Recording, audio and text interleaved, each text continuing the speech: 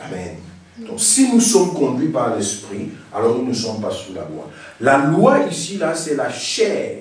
C'est la pesanteur de la chair qui nous implique dans la loi.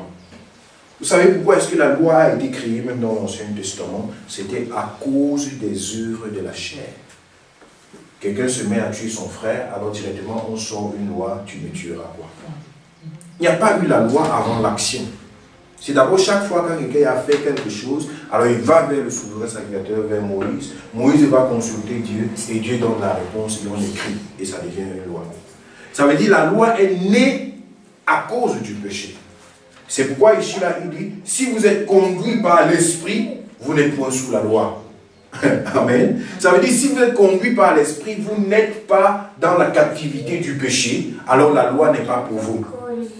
Parce que la loi était pour interdire, tu as tué quelqu'un, tu as jeté le bœuf de quelqu'un dans le trou, tu as fait ceci, tu as fait cela, alors les lois sortent.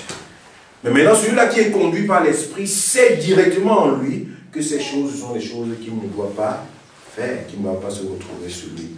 Deshalb steht das hier, der durch der Heilige Geist geführt ist nicht unter dem Gesetz. Or, les œuvres de la chair sont évidentes. Ce sont la débauche, l'impureté, le dérèglement, l'idolâtrie, la magie, les rivalités, les querelles, les jalousies, les animosités, les disputes, les divisions, les sectes, l'envie, l'ivrognerie, les excès de table et les choses semblables. Et je vous dis d'avance, comme je l'ai déjà dit, ceux qui commettent de telles choses n'hériteront pas le royaume de Dieu. Exactement ce schéma que nous avons vu en premier lieu, un schéma plein de l'ivrognerie, de la pudicité, des envies, de l'ivrognerie, de l'orgueil, de toutes ces choses que l'apôtre Paul est en train de citer ici, là, dans Galates chapitre 5, l'idolâtrie, les disputes, les querelles, les sectes, ça c'est l'état du cœur. Et toi et moi, nous sommes convaincus qu'un cœur pareil, nous ne voulons pas le rencontrer au ciel. Amen. Moi, je voudrais ne pas rencontrer un cœur comme ça au ciel. Et c'est pourquoi l'apôtre Paul lui-même dit, ceux qui commettent de telles choses n'hériteront pas le royaume de Dieu. Alors le cœur de l'homme qui est loin de Dieu est semblable à celui-ci. Là où il y a, n'est-ce pas, la puissance de l'orgueil, de la sorcellerie, de la séduction, de l'immoralité, de l'ivrognerie, de la colère, la paresse, la magie, l'horoscope, la rose-croix, n'est-ce pas, les jeux du hasard, la chance, la loterie et toute autre chose. C'est comme ça que le cœur se présente et c'est un cœur qui cependant, nous l'avons dit, est environné de l'amour de Dieu. Le Saint-Esprit est là. Jésus-Christ frappe à la porte du cœur, jour après jour. C'est ce que la parole de Dieu nous dit dans Apocalypse chapitre 3, le verset 20. Ah, me voici, je me tiens à la porte et je frappe. Si quelqu'un entend ma voix et ouvre la porte, alors j'entrerai chez lui, je souperai avec lui et lui avec moi. Cet amour de Dieu est constamment présent. Alors, le jour où quelqu'un reçoit l'appel à la repentance, le jour où quelqu'un vraiment se tourne vers le Seigneur et dit « Seigneur, je reconnais que je suis pécheur et je veux abandonner ma vie, je veux venir à toi ». Directement, c'est la lumière de Dieu qui jaillit dans le cœur. C'est l'amour de Dieu qui pénètre le cœur de cette personne. Et directement, ces esprits mauvais commencent à chercher la route parce qu'il n'y a pas de cohabitation entre la lumière et les ténèbres. Quand tu allumes la lumière, directement les ténèbres cèdent place. Pourquoi? Parce que c'est Dieu qui entre. Alors voilà ce qui se passe dans le cœur de quelqu'un, tel que nous avons dit, ces esprits mauvais doivent partir. Ces esprits mauvais doivent partir, ces comportements mauvais doivent partir. C'est parfois une situation qui demande également, je vais dire, une procédure ou alors une progression dans le cœur. Parfois on vient au Seigneur et on a encore des choses en soi. Et il faut effectivement que la lumière du Seigneur grandisse. Plus la lumière du Seigneur grandit dans le cœur, plus on est libéré. Il faut se laisser transformer. Et lorsqu'on s'est laissé véritablement pénétrer par la parole de Dieu, voilà à quoi ressemble le cœur. Ces esprits sont désormais hors du corps, hors du cœur de l'homme. Amen. Ces esprits sont désormais hors du cœur de l'homme et c'est maintenant l'amour de Dieu qui est rempli. Et la conscience de cet homme est éclairée. La puissance de Dieu est présente. Il vit selon la parole de Dieu. Amen. Ses esprits sont à l'extérieur. Amen. Voilà l'état du cœur de quelqu'un qui cherche à marcher selon Dieu. De quelqu'un qui cherche à plaire au Seigneur. De quelqu'un qui cherche, n'est-ce pas, à marcher selon la parole de Dieu. Amen. Son cœur se retrouve comme ça. L'amour de Dieu grandit dans son cœur. On voit comment il est illuminé. La grâce de Dieu est sur lui. Mais on reconnaît que le diable rôde comme un lion rugissant. Lorsque tu atteins cette étape dans ta vie bien-aimée, tu devrais savoir que le combat n'est pas fini. Nous avons dit ça dimanche passé. Le combat n'est pas fini. À ce niveau-ci, tu as du pain sur la planche. Tu dois persévérer. Tu dois résister à ces choses qui ne sont pas très loin de toi. Ils sont bien sûr sortis, mais ils ne sont pas très loin. La prostitution, si tu as été une ex-prostituée, un ex-prostitué, et que tu donnes ta vie au Seigneur, sache qu'il y a encore cette tentation autour de toi. Si tu as été un ex-drogué, si tu as été un ex-brigand, si tu as été ceci et cela, et tu reviens dans la maison du Seigneur, sache que ces esprits sont autour de toi. Mais sache tout de même que si le Saint-Esprit est en toi, l'amour de Dieu remplit ton cœur, tu restes braqué sur la parole de Dieu, tu peux résister. Mais ça, c'est une étape là où il faut véritablement ne pas s'arrêter à cette étape, parce que c'est une étape qui est parfois fragile. On ne s'arrête pas à cette étape, on persévère. Et lorsqu'on décide de persévérer avec le Seigneur, d'être soumis à l'autorité spirituelle que Dieu t'a donnée, parce que lorsque Dieu sauve, généralement, il te met devant une autorité spirituelle pour ta conduite. Et c'est alors que tu es tenu par la main. Et ta vie devient une vie de disciple. Une vie de personne qui est transformée par la parole de Dieu. Une vie d'une personne qui a tué les œuvres de la chair en lui, qui a, n'est-ce pas, qui s'est soumis complètement et qui n'a pour intérêt que Dieu. Alléluia. Voilà une étape particulière que nous nous sommes dit, c'est à cette étape que Dieu nous forme, que Dieu nous transforme. Quelqu'un disait souvent, si tu n'es pas formé, tu es déformé. Parce que c'est à travers la parole de Dieu que tu peux recevoir véritablement ce statut de quelqu'un qui est totalement libre. Vous voyez que c'est consciemment qu'ici, là, on n'a pas montré ces esprits-là. Ce n'est pas que ces esprits-là ne tentent pas une telle personne, mais c'est qu'une telle personne est totalement aveugle de tout ce qui se passe dehors. C'est pour ça que j'avais dit, ici, là, cette personne ne vit que pour Dieu. On s'étonne même de la personne. On dit que, mais qu'est-ce qui t'arrive même? Was ist mit dir los? Ist deine Sorge jetzt nur Gott oder wie ist es? On ne comprend pas comment tu vis. Ceux qui sont autour de toi se demandent, mais tu es même comment? Tout pour toi, c'est Dieu. Dès qu'on te voit, c'est Dieu. Dès qu'on parle de toi, c'est Dieu. Dès qu'on fait ceci, c'est Dieu. Tout ce qui te concerne, c'est seulement Dieu. Ça, c'est quand tu commences déjà à entrer dans cette étape-ci. Mais il y a d'autres personnes, quand on commence à voir que tout pour eux, c'est Dieu, quand on leur jette ces flèches-là, que tout pour toi, c'est Dieu, tout pour toi, c'est Dieu, ils sont parfois tentés à rentrer en arrière, à reprendre l'image que nous verrons de voir derrière et à garder plutôt un état de fragilité. Mais si quelqu'un décide de persévérer avec le Seigneur, d'avoir Dieu dans sa vie comme étant le centre, de ne pas garder, de ne pas cacher une chambre de sa vie au Seigneur, que Jésus soit assis au centre de ma vie, pas seulement au salon, et puis il y a des chambres qui ne lui appartiennent pas, comme nous avons dit. Que Jésus soit au centre et qu'il soit, n'est-ce pas, qu'il ait la permission d'entrer dans toutes les chambres de notre vie. À partir de ce moment-là, Dieu t'amène dans cette étape. Là où tu deviens un porteur de fruits, tu deviens toi-même un témoignage. Ta vie même devient un témoignage. Quand on te voit, on voit l'appel de Dieu sur toi. Quand on te voit, on voit l'amour de Dieu sur toi. Quand ta famille te voit, ta famille est contente. Ta famille t'a persécuté à plusieurs reprises, mais elle finit par voir qu'à travers ta vie se manifestent des fruits. Et c'est exactement ce que nous voyons ici là dans le livre de Galates. Lorsqu'on a traversé toute cette étape, à partir du verset 22, il dit, mais le fruit de l'esprit, c'est l'amour, la joie, la paix, la patience, la bonté, la bienveillance, la foi, la douceur, la maîtrise de soi. Et la loi n'est point contre ces choses. La loi ne peut pas avoir le dessus sur ces choses. Quelqu'un peut dire Amen? Ça, c'est la parole de Dieu. À partir de ce moment, maintenant, c'est l'étape qui se passe entre la transformation et à partir de ce moment, tu deviens, c'est comme on dit, la transfiguration. C'est-à-dire, en ce moment-là, on te voit de l'extérieur. Et pour cette étape-ci, là, tu n'as même plus besoin de faire des efforts. Il y a des gens qui font trop d'efforts pour qu'on voie le fruit de leur travail. Ça veut dire qu'en ce moment-là, ce sont tes propres forces. Mais à ce niveau-ci là, c'est ta vie qui travaille. Amen. C'est le Seigneur qui t'utilise en ce moment. C'est le Seigneur qui se sert de toi en ce moment. Tu deviens comme un instrument entre ses mains. Ça, c'est un instrument. Et cet instrument a perdu sa valeur lorsqu'elle est entre mes mains. Et lorsqu'il est entre mes mains. Parce que je peux décider toutes sortes de bruits. Je peux décider, cet instrument n'a plus de choix. En ce moment-là, cet instrument est entre mes mains et fait ce que moi je décide de faire. Ça, c'est l'étape là où on est complètement entre les mains du Seigneur. Et c'est Dieu maintenant qui prend les devants. Amen. C'est Dieu qui conduit, c'est Dieu qui dirige, c'est Dieu qui règne. C'est ce qu'on dit en parlant de l'appel de Dieu. Quand on dit que quelqu'un a reçu l'appel de Dieu dans sa vie, parfois ce sont des gens que leur vie ne leur appartient plus. Les marabouts comprennent ça parfois mieux que nous. Hein. Vous savez, en Afrique, on parle des Kamsi là. Quelqu'un qu'on dit que les dieux du village l'ont arrêté. Est-ce que la personne là se contrôle même encore elle-même?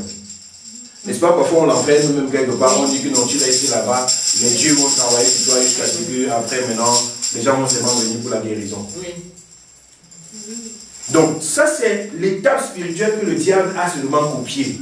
Là où tu deviens un instrument entre les mains du Seigneur, ta vie devient un instrument entre les mains de Dieu. Et c'est pourquoi Jésus disait parfois, lorsqu'on finit, nous devons dire, nous sommes des serviteurs inutiles, parce que notre vie a été saisie par le Seigneur.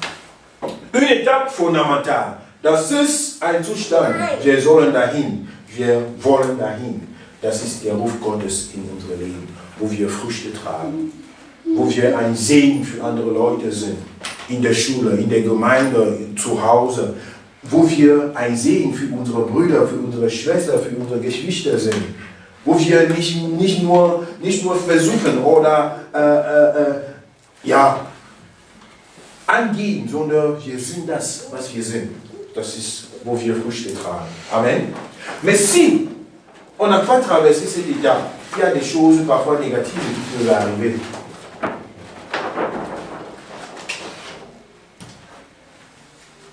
Il y a des choses négatives qui peuvent arriver si on n'a pas traversé cette étape comme il le faut. Si on est resté à la première étape, là où les esprits là étaient autour, et vous avez vu cette étape là, non? Les esprits étaient autour et puis on est resté là. On s'est dit que bon, on est arrivé. En ce moment-là, l'adaptation commence. Parce qu'on se dit non, pourquoi est-ce que c'est Dieu dans ma vie à tous les niveaux, ainsi de suite, je ne veux pas, ainsi de suite, je veux vivre ma vie, je veux prendre moi-même certains domaines de ma vie en main, je veux faire telle et telle chose. Directement, la tentation commence. Les choses qu'on avait rejetées viennent. Le monde, vous voyez comment ce monsieur-ci là, il représente le monde. Il vient, il te perce le cœur, ton cœur saigne. Pourquoi? Parce que ceux de l'extérieur font ce que toi tu ne fais pas. Quand tu vois les gens dehors faire ceci, tu commences à dire, mais pourquoi les chrétiens ne peuvent pas aussi faire ça? C'est parce que ton cœur est blessé et ton cœur commence à s'identifier au monde. Ton cœur commence à faire ce que ceux de l'extérieur font. C'est parce qu'à l'intérieur, tu es blessé. Und auf einmal fängst du an zu schauen, was die anderen Leute machen. Die sind auch nicht Christ, aber die machen das. Das kann ich auch noch machen. Pourtant, tu sais au fond de toi que ce sont des choses qui t'éloignent de Dieu. En ce moment-là, ces esprits-là reviennent. Ils commencent à te présenter, ok, voilà, regarde, il ne marche plus à quatre pattes, mais je te le porte, je te l'amène. Ça, c'est un peu une façon, une stratégie modérée. Le péché maintenant modernisé vient vers toi. Tu ne le vois plus comme il était avant. Tu vois quand même que non, il est confortable. Il est beaucoup plus beau. Il est beaucoup plus embelli. Et même dans la maison de Dieu, on voit des gens qui trouvent même des versets bibliques pour marcher dans la fornication, dans l'adultère et tout ça. Qui trouvent des certaines raisons pour dire que non, il y a un peu de beauté derrière. Et ces esprits-là, quand ils reviennent, la personne ne constate même pas que c'est plus dangereux. C'est plus dangereux. Pourquoi? Parce que là, ces esprits-là sont accompagnés chacun d'un vieux démon, avec des cornes, et bien farouches. Et c'est le désordre qui commence à se réaliser dans la personne, dans la vie de la personne. C'est ce que nous appelons aussi là un état de rétrograde. Ou bien alors un état de renégat à ce niveau. Ce n'est pas encore rétrograde, c'est renégat. Un renégat, c'est quelqu'un qui commence à refroidir dans sa foi. Au début, tu étais fidèle. Tu courais à l'église. Tous les dimanches, tu cours. Tous les mercredis, tu cours. Tous les jours qu'il y a intercession, qu'il y a ceci, tu cours. Ça, c'était l'étape là où Dieu était en train de faire, là où la lumière de Dieu était en train de jaillir dans ton cœur. En ce moment-là, tu commençais à courir dans la présence de Dieu. En ce moment-là, tu étais tout, à tout moment, dans sa présence. Mais, à un moment, tu commences à te refroidir. Non, je peux prier à la maison. Je peux faire mon culte sur Internet. Je peux faire ceci, je peux faire cela. Et tu commences peu à peu à te retirer de la présence de Dieu. Tel frère et telle sœur, je vais prier avec eux à la maison. Ils sont nombreux. Amen. Très nombreux. Et à partir de ce moment-là, tu commences à t'éloigner de la vie de la communauté. Je vous ai dit là tout à l'heure, la formation que l'on reçoit, c'est une formation qui se fait dans l'église. C'est une formation qui se fait dans l'assemblée. Si on ne se laisse pas former par Dieu, on se laisse influencer par le diable. Et ça, c'est une situation, il y a plusieurs autres raisons. Ce que je viens de vous donner là, ce n'est que quelques-unes. Ceux-là même qui ont déjà fait 20 ans, 25 ans, 30 ans dans leur foi, ils peuvent se retrouver dans cet état. Là où on commence à être habitué à la présence de Dieu. Vous savez, même les parents de Jésus, ils se sont retrouvés à cet état. La Bible dit, quelque part, ils allaient au temple tous les jours. En fait, une fois par an, donc toutes les années. Et ils allaient comme à la coutume. Un jour, ils sont partis comme à la coutume. Et c'était la première fois qu'ils partaient avec Jésus.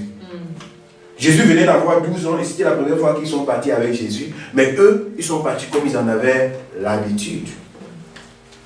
Alors, ils ont oublié qu'ils ont un nouveau facteur avec eux. Ils ont oublié qu'ils vont comme ça là dans la présence de Dieu. Ils ont oublié comment est-ce qu'ils étaient constitués. Et c'est comme ça qu'ils sont arrivés. Ils ont fait les formalités qu'ils avaient l'habitude de faire. Alors on prit par expérience. Ils ont rempli toutes les formalités et ils sont rentrés à la maison. Et c'est 3 jours plus tard qu'ils retrouvent encore Jésus.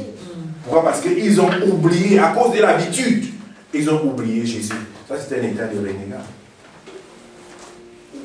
Donc il arrive même dans notre foi chrétienne que nous commençons à être habitués à la présence de Dieu. On est habitués, on fait les choses par expérience. On fait les choses parce qu'on sait que bon, ça va se passer comme ça.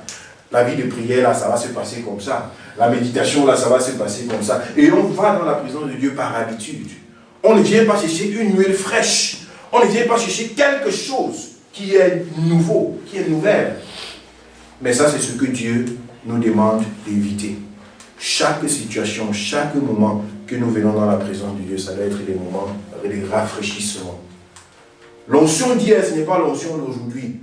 Quand Dieu faisait tomber la manne du ciel, c'était pour manger le même jour. Tu gardais ça le lendemain, c'est déjà gâté. Alors il faut veiller sur sa vie chrétienne quotidiennement. Parce que ça, c'est un véritable danger que je vous dis, qui guette tout le monde. Que tu aies un jour dans ta foi ou bien que tu aies 50 ans dans ta foi, tu peux te retrouver à cette étape. Là où tu commences à combattre contre les tentations, les choses qui pénètrent ton cœur. Et si tu ne fais pas attention, tu vas commencer à les justifier par la parole. Et c'est pourquoi certaines personnes, même lorsqu'ils sont dans l'incrédulité et qu'ils se laissent toucher par le diable, ici maintenant, on parle d'une personne rétrograde. Ça, c'est le cœur de quelqu'un qui a rétrogradé. Das ist nicht mehr ein Pagan. Das ist nicht mehr jemand, der Gott nicht kennt, sondern der Gott gekannt hat und zurückgekehrt ist. Völlig zurückgekehrt. Hat das gespürt. Hat Gottes Liebe, Gottes Freude ist groß, Gottes Treue ist breit, ist tief. Hat das gesehen. Und auf einmal kehrt zurück. Und sagt, nee, ich möchte mit euch nicht mehr zu tun haben. Ich möchte mit euch Gott nichts mehr zu tun haben. Die Bibel, dann möchte ich damit nichts mehr zu tun haben. So sieht sein Herz aus. Voilà à quoi ressemble le cœur de quelqu'un qui se détourne de Dieu. Il a goûté à l'amour du Seigneur. Maintenant, il n'y a plus un esprit, il n'y a plus qu'un démon debout. Il y a plutôt un démon, une principauté assis. Ça, c'est un roi assis, carrément. Et il a apporté du renfort. Et tous les esprits qui étaient là sont rentrés. La Bible le précise même mieux dans le livre de Luc. Lorsqu'un esprit est sorti, il va dans les lieux arides, il rôde. Ne cherchant pas, ne trouvant pas un endroit où reposer, qu'est-ce qu'il fait? Il vient, il cherche, il voit que la maison est balayée, propre et vide. Alors il va chercher 7 autres démons plus forts que lui. Ils reviennent à 8. et ils prennent possession du cœur. Voilà l'ange même, dans la première image, l'ange avait même le courage de regarder, le Saint-Esprit regardait même encore. Mais dans cette deuxième image, ils ont tous le dos tourné. L'apôtre Paul dit que c'est parfois difficile, parfois impossible même pour certaines personnes qui ont goûté à l'évangile et qui sont rentrés en arrière. C'est parfois difficile pour eux. Pourquoi? Parce que ça, c'est une étape là où la mort physique est à la porte.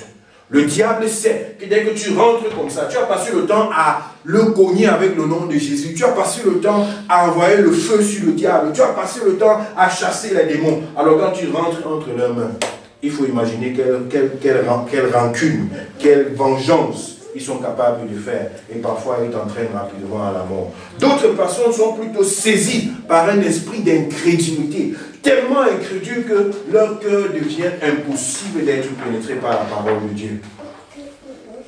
Quel que soit ce que tu vas faire, tu vas commencer à ouvrir même la Bible à une telle personne. La personne va même te dire la suite du verset biblique que tu veux lire. Mais il te dit que je ne crois pas à vos choses. Le cœur est scellé par le diable. Il y a certaines personnes qui rentrent dans cet état parce qu'ils ont été blessés, comme on a dit là. Le diable a saisi leur cœur. Ils ont peut-être été déçus. Comme je disais tout à l'heure, ça c'est les blessures du monde. Mais il y a également des blessures qui se passent dans la maison de Dieu. Parce que le pasteur t'a blessé. Parce que la femme du pasteur t'a blessé. Parce que maman t'a fait ceci. Parce que ceci, parce que cela. Directement, tu commences à te refroidir. Directement, tu commences à regarder en arrière. Parce que dans l'église, ce n'est pas dit que dans l'église, tu seras exempt de certaines blessures. Non. Tout ça est possible. Alors si tu entretiens de telles choses dans ton cœur, tu vas finir, l'ennemi va finir par avoir le dessus sur toi. Ton mari t'a blessé, ta femme t'a blessé, ainsi de suite. Tu vas finir par te retrouver dans cette situation. Et là, c'est la gloire que tu es en train de donner au diable. Mais nous ne devons pas donner la gloire au diable. Ça, c'est un état là où nous devons refuser. La parole de Dieu nous a été révélée. Nous avons reçu ce Seigneur comme Seigneur et Sauveur personnel. Ce n'est pas pour entrer dans cette étape.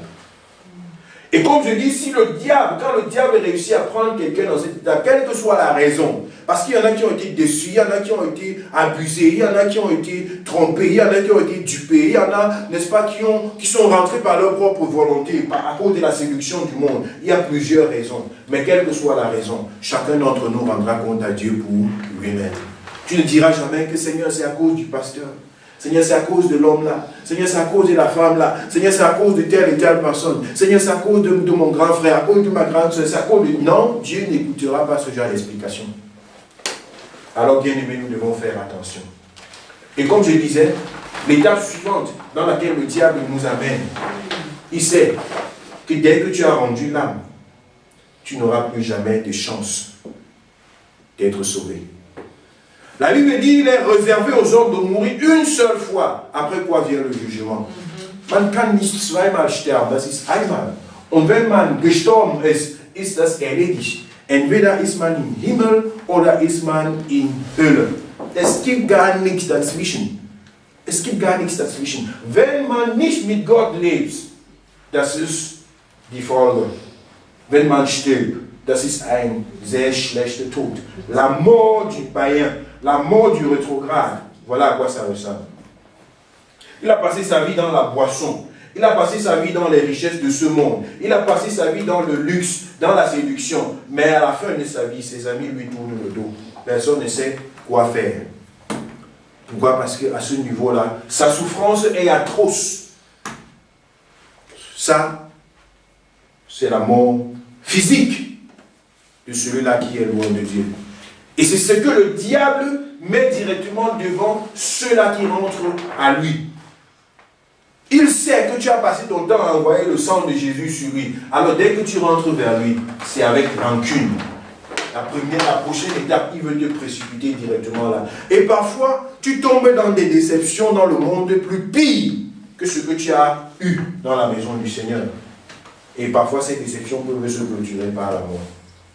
Je prie que personne d'entre nous ici là ne passe par cette étape au nom de Jésus. Je prie que le Seigneur se saisisse de la vie de chacun d'entre nous. Que la décision que tu as prise avec Dieu, que ça puisse t'amener à une mort heureuse. La condition c'est que tu dois persévérer. Lorsque tu as commencé à produire du fruit, sois conscient que Jésus doit être au centre de ta vie et que la tentation est présente. Un chrétien qui va dire qu'il n'est jamais tenté, c'est un menteur. Parce que lui, il est tenté. On est en train de lui présenter là l'alcool, on lui présente un peu de magie, un peu d'horoscope, on lui présente un peu de séduction, bien embellie là, jolie. Hein? On lui présente un peu le bouc, on lui montre un peu à quoi ça peut servir. Regarde, même dans la maison de Dieu. Et puis le monde, les blessures, ça ne manque pas. Ce sont des choses qui sont autour de lui. Le chrétien, il est conscient de la mue spirituelle, le combat qu'il doit mener. Il est conscient de la parole de Dieu. Jésus est au centre de sa vie. La parole est au centre de sa vie. L'Église est au centre de sa vie. Sa conscience est éclairée. Il a l'épée de la parole de Dieu. Il connaît l'importance de la communauté. Et c'est de là qu'il tire sa force. Regardez, l'ange de l'Éternel est même confiant pour dire que mes amis, vous pouvez rôder autour de lui. Mais nous sommes avec lui. Aussi longtemps qu'il n'a pas régné le Seigneur, aussi longtemps qu'il demeure attaché à Dieu. Son visage, il est content. Il n'est même pas préoccupé par tous ces gens. Regardez, pour lui, c'est sa vie qui compte, sa relation avec Dieu qui compte. Il sait que le monde va continuer à tourner autour de lui. Les gens vont continuer à le régner, à l'insulter, à mal parler de lui, ainsi de suite. Mais ça ne lui dit rien, parce qu'il a pris un engagement ferme de s'accrocher au Seigneur et de ne pas regarder en arrière. Et c'est à celui-là qui demeure dans cet état, bien aimé dans le Seigneur, sa fin est joyeuse. Alléluia. Amen. Alléluia. Voilà comment moi je veux finir avec le Seigneur. Amen. Amen. Avec Jésus du début jusqu'à la fin. Parce que lorsque j'ai donné ma vie au Seigneur, j'ai dit, Seigneur, je veux t'appartenir jusqu'à la fin de mes jours. Je sais que ma chair va périr un jour. Je sais que vous ne voulez pas voir votre pasteur partir, mais ça va arriver un jour. Bon, peut-être dans 100 ans. Amen. Ok. Et puis c'est comme ça que je veux partir. Alléluia. C'est comme ça que je veux rentrer vers le Seigneur. Et je prie que ce soit également pour toi. Amen. Que le Seigneur puisse te tenir par la main. Et que tu puisses demeurer dans cette présence, parce que c'est la meilleure des choses, c'est le meilleur des cadeaux que nous pouvons avoir. À quoi ça aurait servi de mener tout ce combat sur la terre et de rater notre place au ciel? Nous devons tenir bon. Nous devons tenir bon. Tout ce que tu fais comme effort avec le Seigneur, sache que la couronne t'attend. La couronne t'attend. La bénédiction t'attend, c'est paisible. Regardez comment il meurt paisiblement. La grâce de Dieu est sur lui et puis on dit, ok, vas-y, tu vas dans la maison, tu rentres. C'est pourquoi l'apôtre Paul disait, même la mort m'est un gain. Sterben ist mir auch ein Gewinn, weil ich weiß, wohin ich gehe. Alléluia, il est tellement content de ça et il rentre dans la présence de Dieu avec la bénédiction en lui. Ça c'est ma prière.